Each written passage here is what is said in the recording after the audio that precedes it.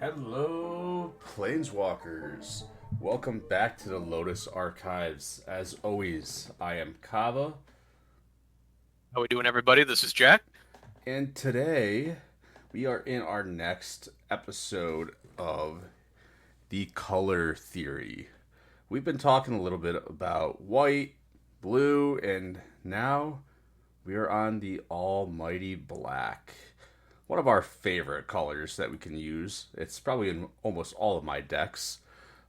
Jack, why don't you get us started here with black?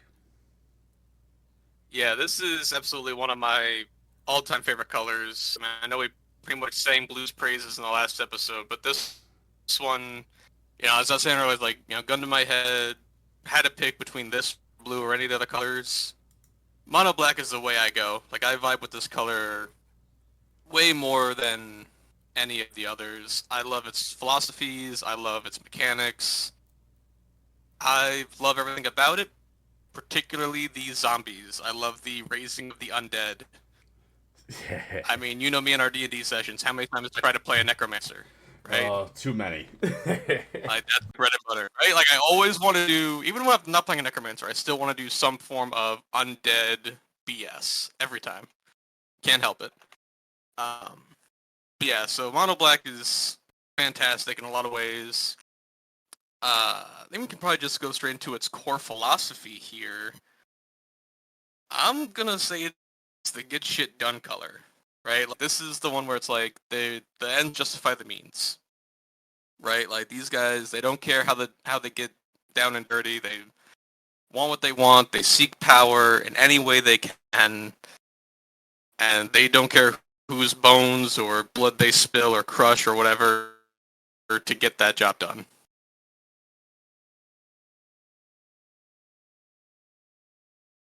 And so like their search for power too, right? Like they'll do anything to gain their power.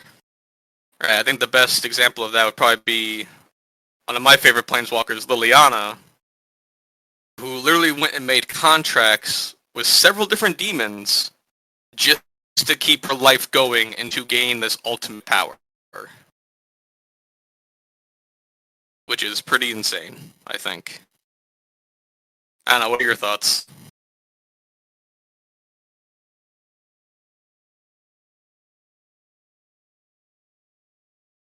Nick?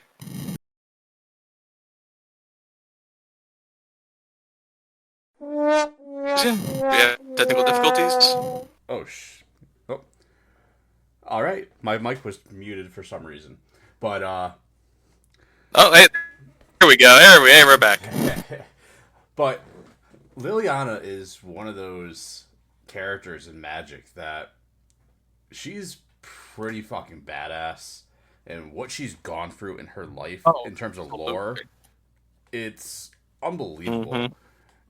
And I highly recommend anybody that really wants to know what black is about and how they think, go back and read Liliana's lore, especially from like Origins.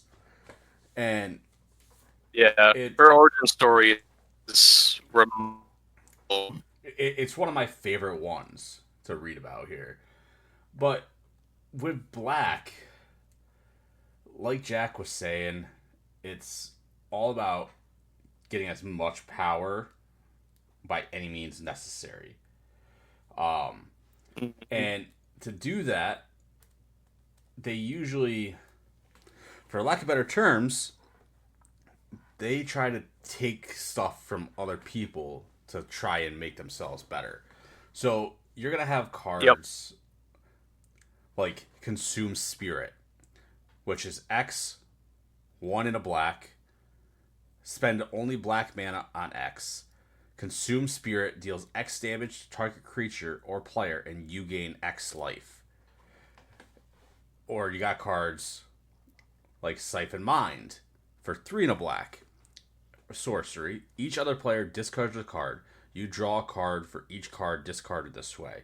So black has a tendency to hurt someone else, but at the same time give you an advantage. Yep. I mean, they even go as far as to hurt themselves to gain advantages. Like, I think the earliest example I ever saw of this, and the best one was Ein in Blood. Oh God, yeah.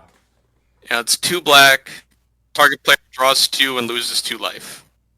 So, like, it's cool that it's target player, so, like, if your opponent's really low, you can be like, hey man, how about you make this little contract with me, and you can gain 2 life and lose 2 life. Oh, look at that, you died. Oh, well, womp womp. Yeah. I mean, 9 times out of 10, I use it myself to, lose 2 and draw 2, but, like, that's a really great example of how far a mono black player will go, or just like the black mages will go to gain an upper hand. Is like part of their philosophy is like the life total doesn't matter as long as it's at 1, right? Life doesn't matter except for that last point. Exactly, because you got cards like Jack was saying, Sign in Blood. Then you got cards like Vampiric Tutor, which you can search for a card in your deck, and all you got to do is pay 2 life. And then you got cards like Village Rites, Viscera Seer, where in order to do it, you just gotta sacrifice a creature. So black is okay with sacrificing stuff that they have, whether it be life total, creatures, their cards in their hands, to gain some sort of advantage. And like looking at, we're totally fine discarding our hands. Oh yeah, I mean, if you look at the top some odd cards here, let's see. I mean, you got a card like Feed the Swarm.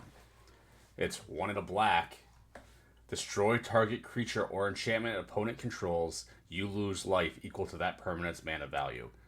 I mean, a card like that is more than enough proof that black is okay with getting rid of some of their life to help them out a little bit more by destroying something an opponent needs.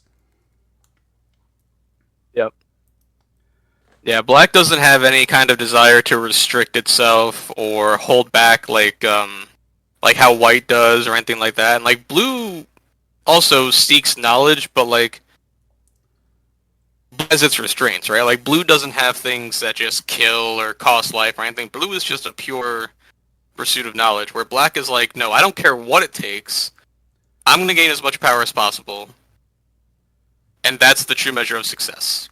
Exactly. Right? It's like, do whatever you want, however you want, get your wants and desires, take your ambition to new heights, and that's it. I mean, which is why I love it. It's like the purest ultimate goal of ultimate power, no matter the cost. Oh, exactly. And with that, one of my all-time favorite combo pieces in Magic is Sanguine Bond and Exquisite Blood. For those it's that so good. Don't know, I put this in any deck that I'm able to that cares about life gain. And the first time I ran this card combo was in my original Aloro deck when I built him up. And I'll start with Sanguine Bond, but it's 3 and 2 black for a enchantment. Whenever you gain life, target opponent loses that much life. So, with Aloro, for instance, every time I gained life while he was sitting in the Caban zone, I could choose an opponent and they were going to lose life. But that's just a small little thing. But you throw in another enchantment, Exquisite Blood, for 4 and a black. Whenever an opponent loses life, you gain that much life. It just is a vicious cycle. And it can get disgusting. I mean, I'm sure you've been playing even longer than I have, Jack. I'm sure you've seen it get absolutely brutal for opponents when someone has that combo on the field. I mean, it's just an instant win, right? Because as soon as you trigger any kind of life loss or life gain, as soon as that goes on the stack, they have that one instance to respond to anything, and if they don't, it goes. Like, there's no interacting. All those triggers go on the stack almost at the exact same time, and it's like just one after the other, after the other, after the other. And unless someone can have, like, a Crow's Verge or a way to just split second stop it, it's just gonna win you the game. Like they're all just gonna lose all their life almost instantaneously. Oh yeah, it's amazing. I remember the first time I actually It's pulled it insane. off. Like I when I had the Loro deck, it was one of my original decks that I had built up. And I remember the first time I was able to pull this combo off, it was crazy because the person at the other end of the table ended up having to call the store owner over because he was newer than I was even, and he thought I was cheating somehow, and he thought he could just stop it. No, it doesn't stop until you're dead. Yeah, no. It just keeps going. Like it yeah, it's one of those crazy infinite loops that just goes and goes and goes. With that being Uh, said, if you see your opponent puts a sanguine bond or an exquisite blood onto the battlefield, get that you thing the gotta kill fuck it. You gotta off get the rid of it. board. Yeah. Because if they I mean that's have, kind of the tricky bit to it. I mean, if they happen to have the Yeah, combo no, go ahead. piece, yeah, if they happen to have a combo Yeah. piece, you're fucked, and you just lose. So you better, Yeah, like I'd say the trick is like the problem is it's 5 mana for both, right? yes, Yeah, so like the tricky part as somebody who plays it, you gotta try to like get them on the board either at the same time or actually, you know, I'd say you probably want them on the board at the same time because try to play one turn and then wait a whole turn cycle around. oh yeah, it's impossible. It's gonna make it really tough to pull it off. Yeah. Yeah, I mean, with some other cards that are a lot of fun with black, you got cards that allow you to just straight up fuck with your opponents. Like a card like Opposition Agent. She is a 2 That black one's human rude. rogue, 3/2 with flash. She reads, you control your opponents while they're searching their libraries. While an opponent is searching their library, they exile each card they find. You may play those cards for as long as they remain exiled, and you may spend mana as though it were mana of any color to cast them. So, essentially, if she's on the battlefield and someone searches for a card, they're not getting that fucking card. Yeah. That's like you're not searching, I'm searching. And realistically, if you have that on the battlefield and someone plays a card like Vampiric Tutor or any of the library searching mechanics, they're stupid. I hate to say it, Yeah. but if that's on the field and you play Demonic Tutor, Diabolic Tutor, anything that searches your deck, you deserve everything that's happening to you coming up here. So, Yeah, it's very rude. One of my favorite enchantments actually that is super old and goes way back, I think shows Black's Faucet pretty well, is Oppression. okay, yep. It's 1 and 2 black. Whenever a player plays a spell, it's like want to start playing spells and you want to do things. Okay, well, go ahead and discard a card every time you do something. Yep, I have Oppression in my It my is, airtight deck. yeah, It's a lot of fun, and yeah. I mean, going Uh, along the lines of black kind of controlling the battlefield a little bit, you got cards like Dictates yep. of Erebos for 3 and 2 black for an enchantment with flash. Whenever a creature you control dies, each opponent sacrifices a creature. So, in a deck that focuses on sacrificing your own creatures, this is disgusting because it doesn't say non-token creature, it just says creature. So you can build up an army of frickin' 1/1 token creatures, and as long as you have a way to sacrifice them all, you might be able to clear the board of your opponents here. I do that in my Tesa Karlov deck that Yep. focuses on sacrifice effects. I do that. I also play Grave Pact, which is 1 and 3 black, and it does exactly the same thing. Exactly. If a creature you control dies, each other player sacks a creature. Although this one is Grave Pact, I think is worded a little differently I, than Dictate. Oh no, it's the same thing. Whenever a creature you control dies, each opponent sacks a creature. yeah. I mean, with black is very finicky because, like we said at the beginning, as long as you're at 1 life, you have a way to win. But Yep. you got to be careful, especially in mono black. You have to be very careful because you don't want to kill yourself either. Always. Yeah, your life is a resource, so you want to make sure you use it properly. Because as you know, a lot of black cards say for part of the casting costs, lose a life or lose 2 life Yep. or sacrifice creatures. Yep. So you want to make sure that you don't screw yourself over. One of the other tutors, like the best search cards, Diabolic Intent. Yep. 1 to black, but as an additional cost to cast it, you gotta sacrifice the creature. So you can't get that to pop off until you sack that creature, right? So like cards like these that say they have this additional casting cost, right? Like you have to pay that additional casting cost before it even goes on the stack. Yes. And you got cards though too, like Dribnod, Carnage Dominus from the latest venture into Phyrexia. 3 and 2 black I love for that. 8/3 Phyrexian horror.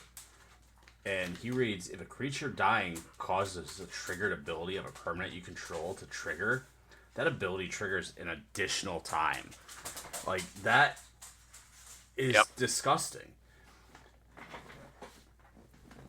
Now you can focus on death triggers. It is fantastic. Alright, so we talked a little bit about some of our pet cards here with mono black. I love it. We could go into a long talk just about some of the most badass mono black cards. I could literally talk for hours about Liliana. Honestly, like there's just so many great things about it. Maybe one of these and episodes even just like up. that deck alone, it's yeah. Do like a Planeswalker highlight. Yeah, maybe one of the episodes coming up here, we'll sit and we'll talk, and we'll just talk lore. But, so... That'd be pretty sweet. With black... Yeah, mono black, I mean, they do... So, like, we went over their pros, but they do struggle in some aspects. So, like, I played a lot of graveyard decks, and mono black, even just like black in general, usually, like most decks that use it, they do end up relying on the graveyard to some extent. Right? Yes. Like, yeah, like, you use the graveyard quite a bit. Even just my Liliana deck, you know, you're discarding cards, you're putting choice things in the graveyard to get them back later. If somebody happens to, you know, this is pretty common in Commander, at the very least, you know, people play Bojuka Bog, right? Like, if your opponent's also playing black in some color combination, or they're playing mono black, you could play a Bojuka Bog, which is land that when it comes in play tapped, and when it does, you exile target opponent's graveyard. So, 9 times out of 10, in most cases, if you exile the black player's graveyard, you kind of just shut them out for a good chunk of the game, if not the rest of the game.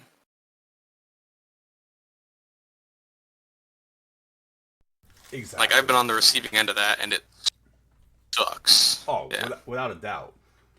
So Yeah. Black, looking at Black as a whole, we've talked about in all of our other color theory episodes about who best symbolizes Black. And obviously, off the start, you got guys like Lex Luthor from the Superman series. And he all he cares about is greed and his hunger for more power. And you also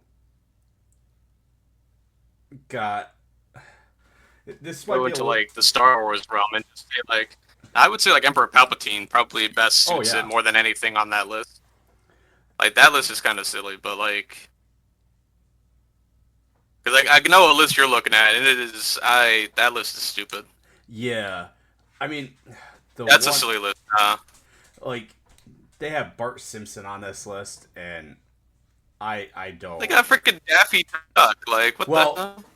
here's For those the that so thing. we're looking at the Magic list. Like we're looking at the Magic Color Theory list that was put out a while back. But Uh, looking at Daffy Duck, it makes sense because if you're a big fan of the cartoons and all there, Daffy Duck, yeah, he is the stereotypical. All he cares about is himself. So it makes yeah. sense. He is a greedy kind of self-centered. Like that's one of the most like kind of basic, ground level psychological analysis you could do of this. Which yeah, it is.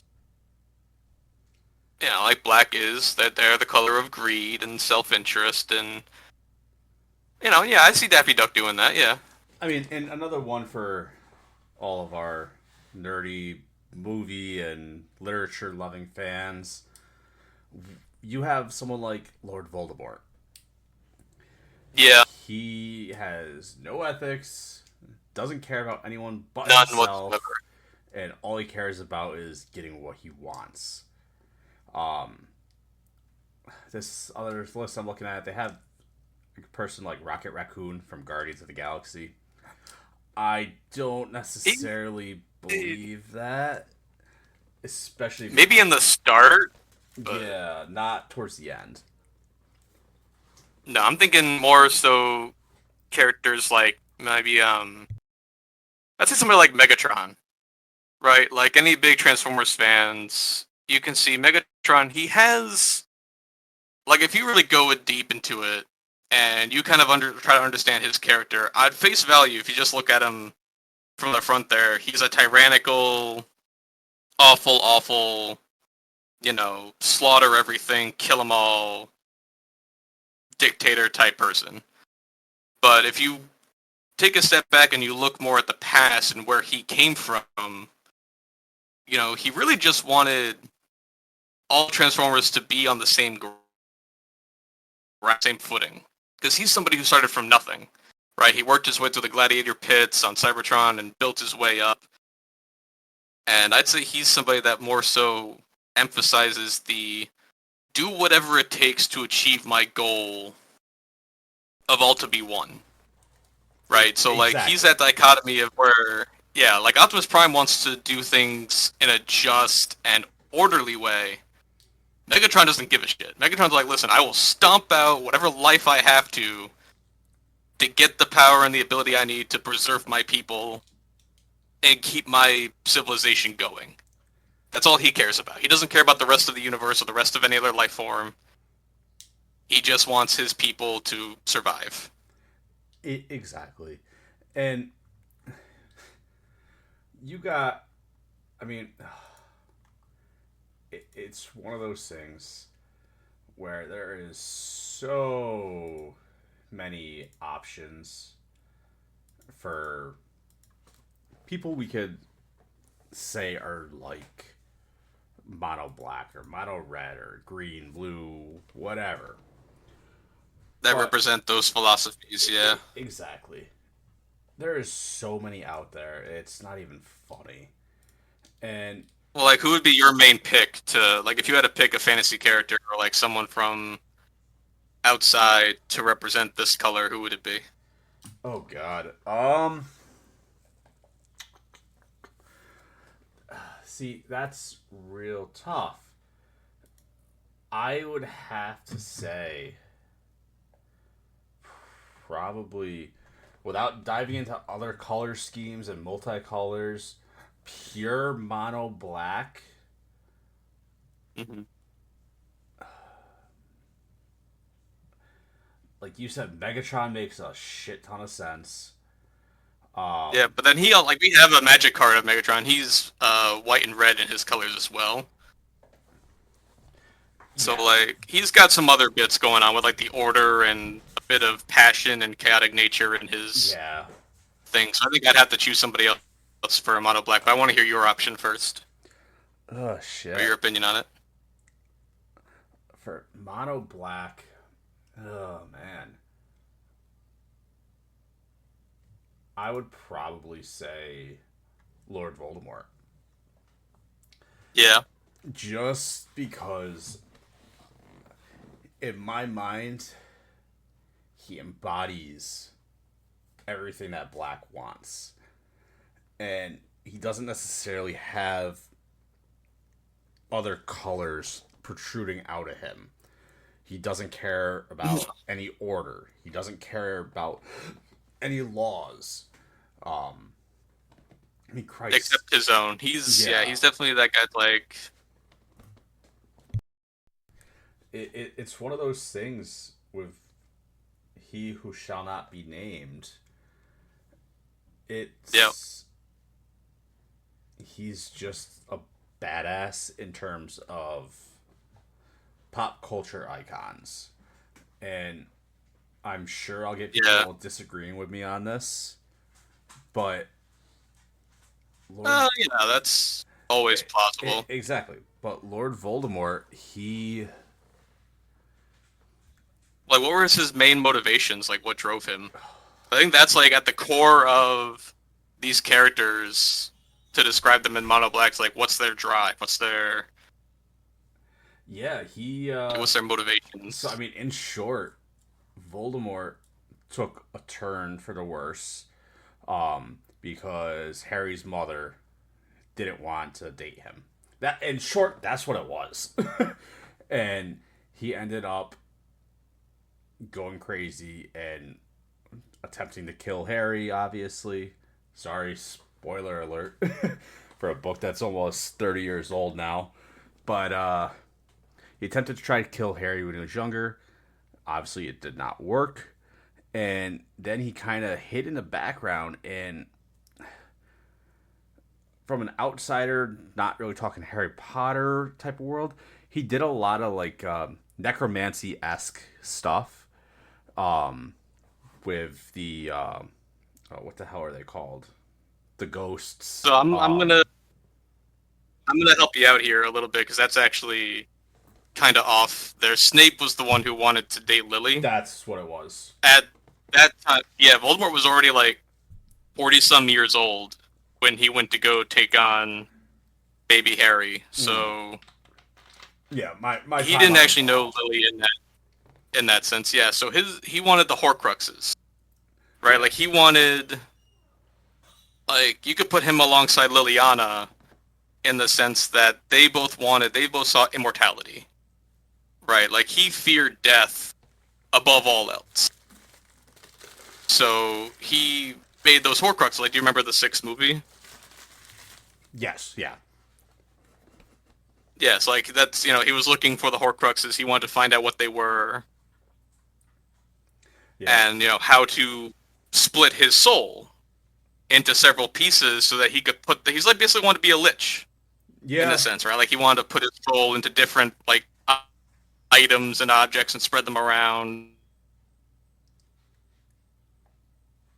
In that first one, like his physical form was destroyed, but his soul lived on in those objects. Exactly. And apologies, everyone, for getting that wrong. It's been a long time since I actually read the books, or watched No movies worries. for that matter. Being the huge, yeah, I have this stuff memorized because that's the kind of stupid information I keep in my brain because that's just how I roll. I read those books and I remembered everything about it. It's locked in my brain, and now I couldn't even tell you how to change the oil in your car, but I can tell you how Voldemort split his soul apart. Uh, So, who would you yeah, no, so you say? definitely, yeah. I would go with kind of almost a dual parter between Plagueis and Palpatine. I think I love the Harry Potter universe. I love that one, but I will always go further into the Star Wars realm with this than anything else Okay. because these guys, when pure, like they're pure dark side, right? Like they sought to do whatever they could to, manipulate the order of things, make things how they wanted, and they literally did not care about what it took to achieve their goal. Now, it could be argued that they had some other colors probably tossed in there, like their passion being red or something like I mean, that. if I had to say But I think Palpatine would probably be Demir, if I had to say anything. But your point still I would say stands. yeah, his search for knowledge in the dark side definitely can be tied to some blue in there for sure. Maybe like a Grixis Yep. in that sense. Then maybe like, but I think his pure maniacal and tyrannical nature of just like wipe out everything else and the scheming and the plot and how he just hid in plain sight was just fantastic. And it's again their search for like there's this constant theme I think in Mono Black. You see it in a lot of just the characters in this realm of like they have that search. They don't want to die, right? They want to conquer death in some way, shape, or form to maintain that power. Oh, Which I exactly. think that line that Palpatine was saying, right, when he's like, you know, we heard the tragedy of Darth Plagueis the Wise.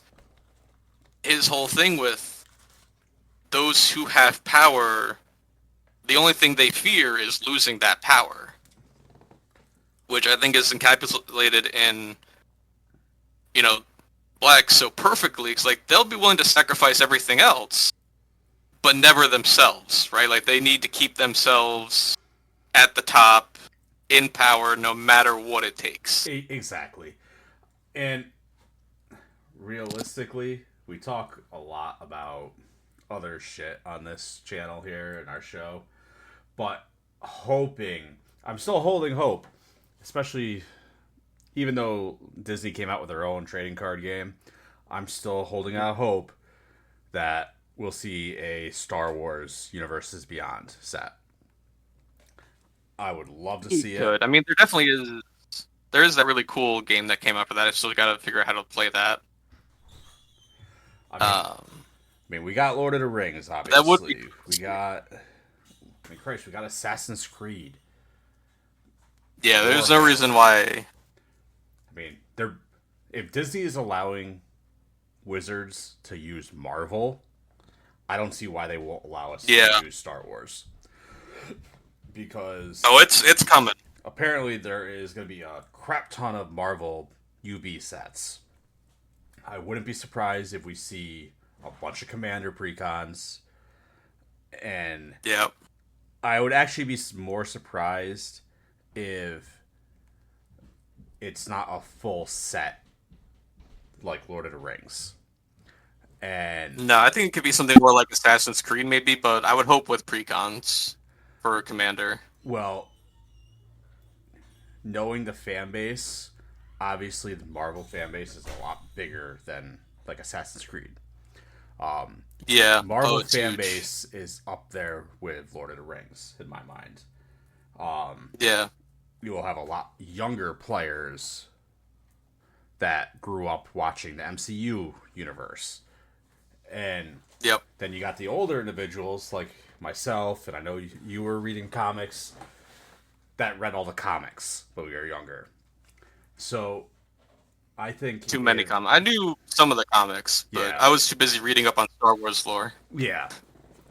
I mean, if they were to do it right, they set it up just like Lord of the Rings and do Marvel justice. Because if they do it Yeah, in a UB box set like they did Assassin's Creed, I personally won't be too happy. Um, the fact I wasn't too pleased with the distribution of UB Assassin's Creed for the sole reason of they decided to change up how card packs were done. I mean, Christ, they went from what is it, 15 cards or something like that in a regular pack. yeah, they dropped the pack number down a bit to like 10, I think. No, 7. Oh, 7? Oh, Yeah, jeez.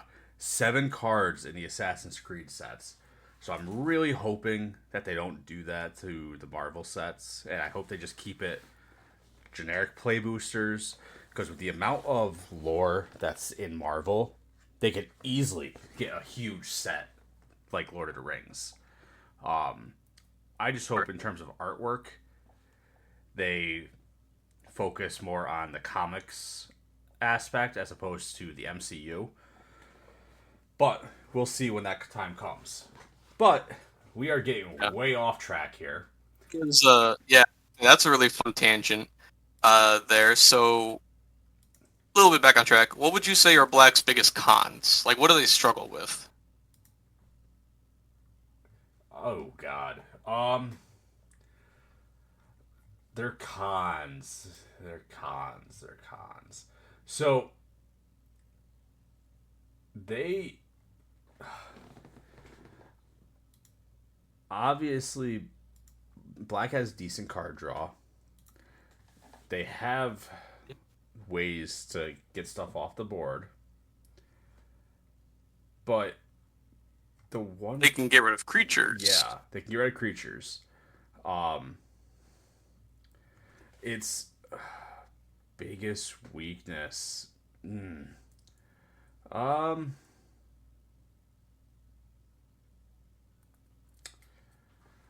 oh God, I'm gonna divert to you for this one because I'm kind of stuck. There's a shit ton of weaknesses in Black, but narrowing it down, I'm having a struggle here. So, yeah, no problem. So, the biggest one right off the bat, I would say, is enchantment and artifact removal. Right? Like, as far as I know, you got a couple different ways. You only got a couple ways to get rid of enchantments when it comes to being pure mono black, right? You've got your main one here, Feed the Swarm, Yep. which is 1 black, destroy a creature or enchantment an opponent controls, and then you lose life equal to its mana value. So again, we see that recurring theme of like, okay, you can do this cool, powerful thing, but it's gonna cost you because you Yeah. are gonna lose that life equal to how much mana it costs. So, and that's really, at least as far as I know, and as far as I've seen in any mono black list, that is the only pure mono black card that exists that says strictly destroy enchantment. There is another one that says you can make an opponent sacrifice a creature or an enchantment. That exists out there. I'm having a hard time trying to find it, but that's really it, right? Like they don't have any way to really get rid of artifacts Yeah.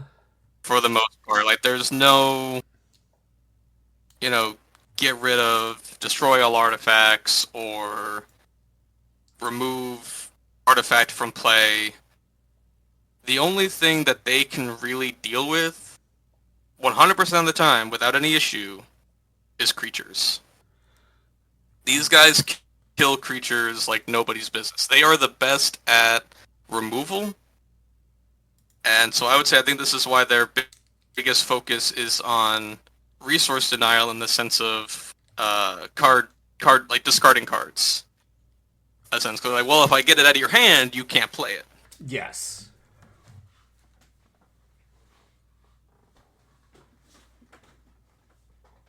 Like, and apart from that, I mean, ramp, in a sense, like, there's not really a whole lot in terms of, like, if you compare it to green with cards like Cultivate, right, black doesn't really have that. No, I mean, with ramp, black definitely doesn't have any much ramp, if any. Um, There is a few, like, you've got Liliana of the Dark Realms, yeah, who her +1 is to search for a swamp and put it into your hand. So, like, if you get her out, which I would in my Liliana focused deck, you know, you can get that going. You've got Crypt Gas, I mean, then you got cards like Dark Ritual, which black. is a.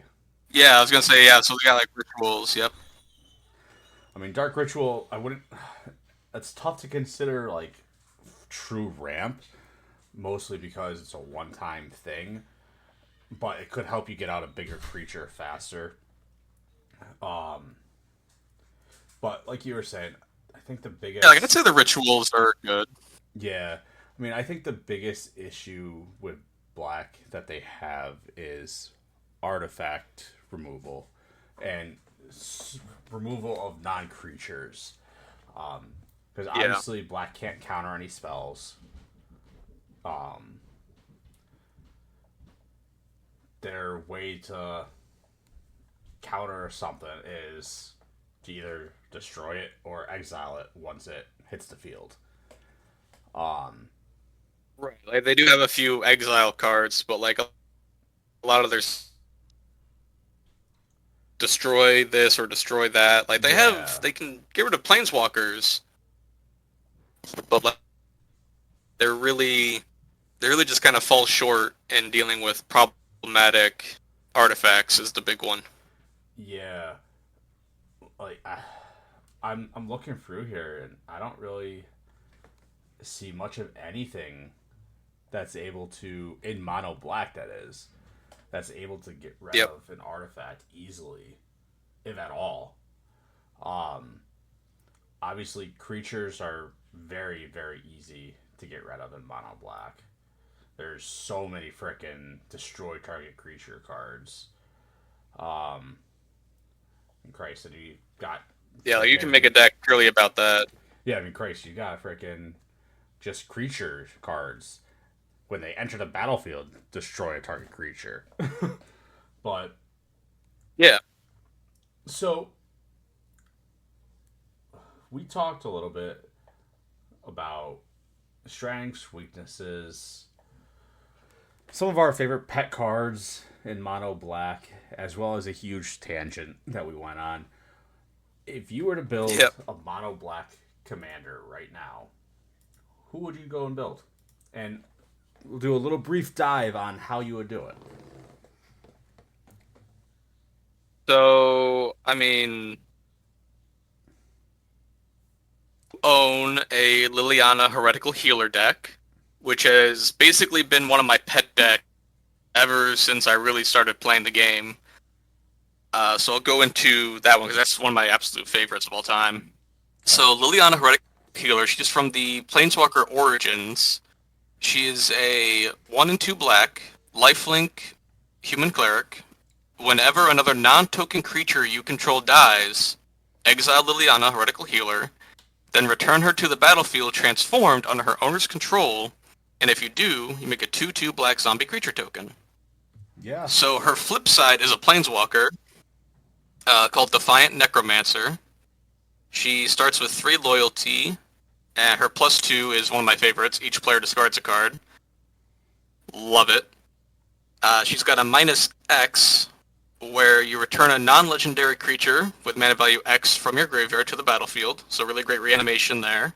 So, when you +2 her to make everybody discard a card, you can then -X to bring whatever you discarded back. Amazing synergy there. Oh yes. She does have a -8, which is fantastic. So you get an emblem with whenever a creature dies, you return it to the battlefield under your control at the beginning of the next end step. So I've gotten that off a few times, and usually when I do, 9 times out of 10, that'll usually cause get me a win off the bat there, because you couple that with board wipes and stuff, and you kill your opponent's creatures pretty regularly, and that will put them all back into play under your control at your end step. And most players, they don't really have a comeback from that. No. And the primary way I built her, there's a couple different ways you could go. Mostly it's like a lot of zombies, because like Liliana, she's a necromancer. She has hordes of zombies under her command. But I also went with a theme more so built around her. So like you can go with the Planeswalker route and just have as many Lilianas, which is why I mentioned Liliana Tribal, where it's just a lot of cards that depict her and her abilities and that kind of tell her story in the deck, right? So like Zone episodes where they taught deck building and how like a great way to start is to tell a story. Yep. In your deck, or like have a solid theme. So like this one's is I want to tell Liliana's story in this deck, and there's a bunch of cards I actually still need to get for it. Desire is out there to show it off better, but I already own some Planeswalkers out there, iterations of her that exist in the game. And I own pretty much all of them that I've collected over the years. Yeah. Since I was a kid. Like, my first Magic event I went to, I got my first copy of Heretical Healer there. And ever since then, I've been building this deck. I've been working on it, tweaking it, fixing it up, having it just be pure graveyard matters, zombie tribal with as many Liliana cards as I can. So... Yep. Like for me, mono black is always tough for me, especially because I'm the type of player that doesn't necessarily want to have a deck that's on like the most popular list. So for me, like the cards that speak to me almost immediately are Crick, Son of Yawgmoth, and Turgid, and Sheoldred the Apocalypse, and Yawgmoth, Physician. I try to stay away from those. And the big heavy hitters. I always have. Even though as much as I want a Turgid deck, I'm not going to build her up because I actually want to be able to play the game, and I don't want to be ostracized from my play group. But there's a lot of people that would have a problem with that. I mean, especially with a theft-based deck like Turgid. And if I was to go build a mono black deck right now, I would probably try and have some fun with it. I'd probably build a deck like either a Toshiro Umizawa. He seems like he'd be a lot of fun to build. He is 1 and 2 black for a 2/2 human samurai. He has Bushido 1, which means when this blocks or becomes blocked, it gets +1/+1 until end of turn. And his primary ability reads, whenever a creature an opponent controls is put into a graveyard from play, you may play target instant card in your graveyard. If that card would be put into a graveyard this turn, remove it from the game. So essentially, it's a way to get graveyard recursion for instance. And obviously black has a lot of instances that deal with targeted removal. So with that one, I would probably build it up as a more of an aggro-centric deck and focus on cards that will get rid of opponent's creatures. You could put a card, like a newer card, like Maha, it's Feathers Knight, 3 and 2 black for a 6/5 elemental bird creature. She has flying and trample, and her ward is they must discard a card. But it states creatures your opponents control have base toughness 1. So there's plenty of cards out there that say creature put a -1/-1 counter on target creature, yada yada yada, all that sort of stuff. And that could be a quick way to just clear the board without using a true board wipe. But you got other cards in here and other legendary creatures that could definitely be interesting to build. And one that's catching my eye is an older card, and you might be able to shed some light on this, Jack, especially for some of our newer players. It's Balthor the Defiled. 2 and 2 black Oh yeah, for a zombie dwarf legend. 2/2. love that guy. So he is a awesome card, awesome artwork, but he says something on there that might confuse some newer players. His first ability is all minions get +1/+1. What exactly do they mean by minions there? So minions was a creature type that certain cards way back in the day would create just as an offshoot of their ability. So, like, I think the best example is one of the chainers here. Or no, not chainer. There is... What is it? Yeah, chainer makes nightmares. Was a black card that made minion tokens, but that was kind of one of their random things where it was like we'll just throw this out there and see what sticks, but there really wasn't anything that came out of it. Yeah. Most people just played him for his second ability. Yeah, I mean... Because, like, minion isn't, like, a creature type per se. Like, there are some cards out there with minion on their card type. Like, there's the... There's 9 total creature cards with minion subtype. Yeah. So there's not a lot. I know one of them is the Rakdos. Well, mono black minion. I mean, you got cards like Douthy Marauder, Cabal Surgeon, Yep. Douthy Cutthroat, Cabal Torture, Painbringer, like really old. Yeah, old stuff. They're not that good. But okay, maybe I was wrong. There's a lot more minion type cards. But regardless, that main ability is for 3 black, remove Balthar Defiled from the game. Each player returns all black and all red cards from his or her graveyards.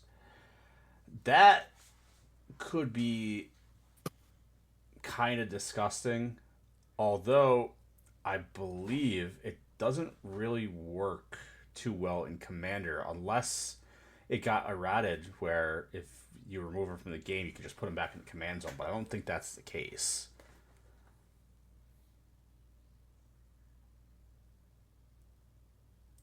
Your commander, who, you remove him from the game, and due to the commander rules, he could just go right back into the command zone. Okay, so it's... Okay. If he was your commander. If not, then he just goes away. That's what I thought. But I've yet to ever see anybody...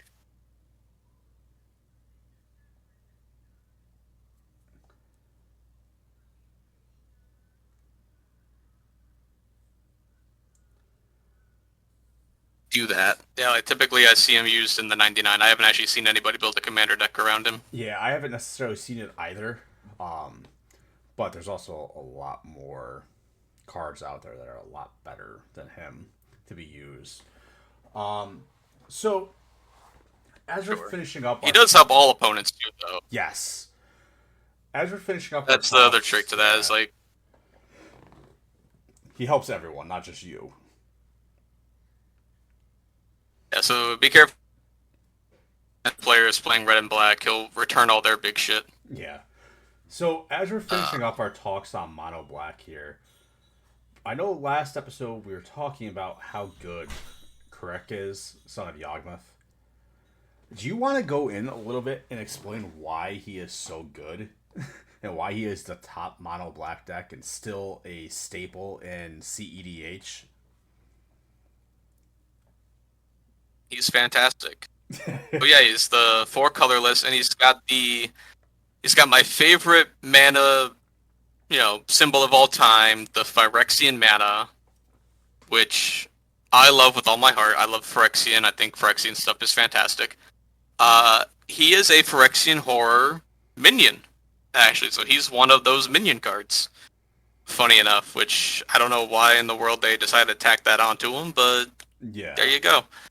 So the interesting and amazing thing about the Phyrexian mana is that it can either be paid with its color or with 2 life. So Kurik here is 4 generic and 3 black Phyrexian mana, which means you can either pay 4 and 3 black or 4 and 2 for 6 life to just drop him on the board. And that's a really insane thing. That's what makes him so competitive, is the fact that you could just drop out some really fast generic mana rocks like Mutavault or like Mana Crypt, Mana Vault, Soul Ring, whatever, Jeweled Lotus, and just immediately play him turn 1. And his ability is insane. Like, he's got lifelink, he's a 2/2, whatever, that doesn't matter. Yeah. What matters is that for each black pip in a cost, you can pay 2 life rather than pay that mana. Yeah, that So this mad lad, he just turns all your black or all your black cards that have that symbol into Phyrexian mana, which is like biggest thing that we've been talking about this whole time about what black is all about, which is paying that life cost and using alternative means to get their cards out.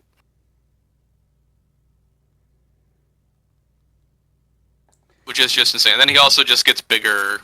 Every time you play a black spell, he just gets 1/1 counter on him, which is absurd. And that lifelink does help, because then, he'll hit your opponent, get you just spent. So it's that draining, regaining nonsense. Yeah. Like, the deck type for this is insane. Yeah, and unfortunately, he is one of those decks where if I see him in the command zone, I'm doing everything in my power not to let that player cast him. I don't care if they're brand new. Well, you should. Yeah. I don't care if that player is brand new or not. I'm going all out against that person. Because right then and there, they're one of the biggest threats at the table. Yeah. No, See how they pilot the deck? Like, if they're competent and they know how they're playing the deck, then yeah, you're a valid threat. Yeah. It's no different than someone pulling up to the table with a Turgid. Like, you already know what they want to do with that deck. Because it's, for lack of better terms, it's essentially, she's a one-trick pony.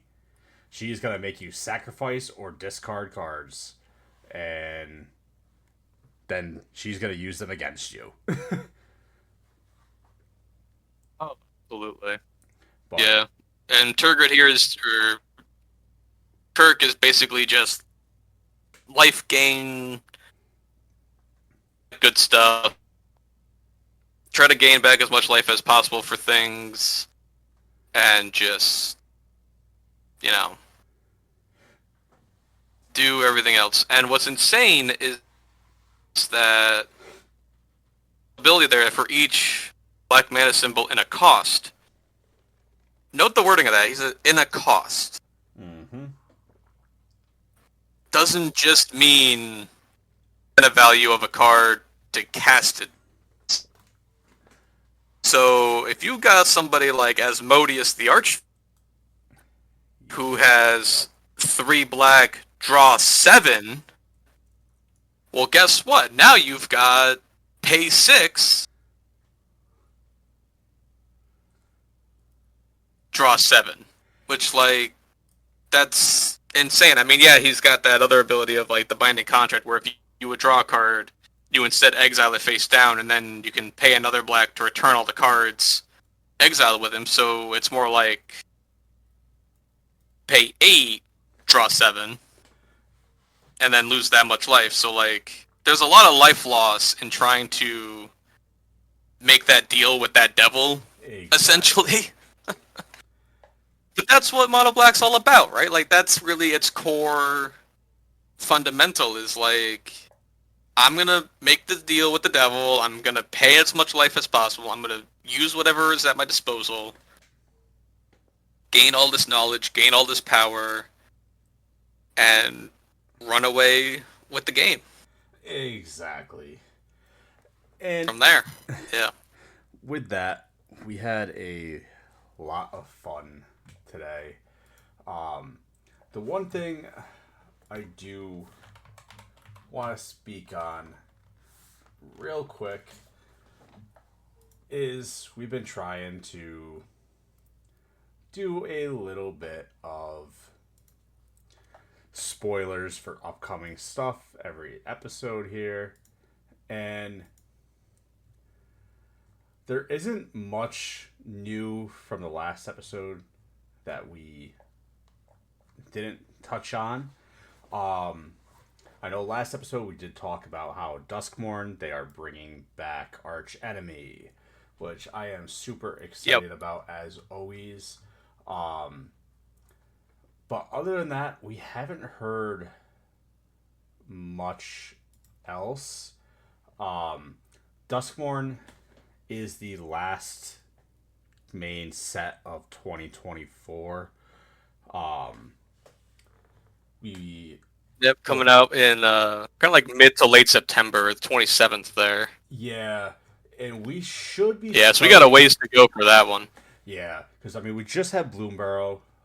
Pre-release weekend was Yep. this past weekend here, or this weekend. Um, 2025 and 2026. There's a few things we know for sure that is happening. The first set looks to be a remaster set, kind of like the Dominaria remaster and the some of the other remaster sets we've seen. But it looks like they are remastering the Innistrad set, the original Innistrad set block. Um, we do have, So that was my first set. yeah. So we do have the Innistrad set list. Um, we have internal code names for sets coming up next year here. I will briefly go over some of the stuff that is teased. Um, After Innistrad Remastered, it looks like we are going to have something internally Wizards is calling tennis. Um, Mark Rosewater came out and said that essentially it's gonna be like Death Race, Mad Max style Mario Kart. Somehow, it looks like it could be interesting. Um, it looks like that there's going to be across 3 different planes in Magic's history, and it looks like we're going to have a lot of vehicles. And it's probably going to focus on vehicular combat, which is going to be interesting. And then after that, we I have. really enjoyed that. Yeah. After that, we're going to have something internally they're calling Ultimate, which I'm really excited for as my dragging loving self. We are going back to Tarkir, which Oh boy, is that's going to going be to a be lot of fun. very interesting. Yes. More dragons. Yep. Then we have our Universes Beyond set for this coming year, which is going to be Final Fantasy. It's interesting. Yes. Then we have a set that's going to be concept art or concept wording is called volleyball, which I don't think these have anything to do with the sets themselves, the wording, by the way. But it looks to me that the artwork, it looks like it's going to be space based. I'm getting a lot of Mass Effect and Halo style vibes. Then the last set for 2025, it looks like it's going to be codename Wrestling, and we are returning to Lorwyn and Shadowmoor. And the last set, that'll be interesting. Oh yeah, the last set for that's on this block here, they have it codenamed Yachting, and it's a return to Arcavios. And for those that don't know, Arcavios, well, that's where Strixhaven is located. So, with all that being said, we have a lot of stuff to look forward to. And I am very, very excited for upcoming sets here, especially going back to Tarkir, going back to Lorwyn and Shadowmoor. Yep. But with that being said, we are going to... It's going to be really cool. Yeah. We are going to end our stream here today. Wanted to thank you all for listening as always.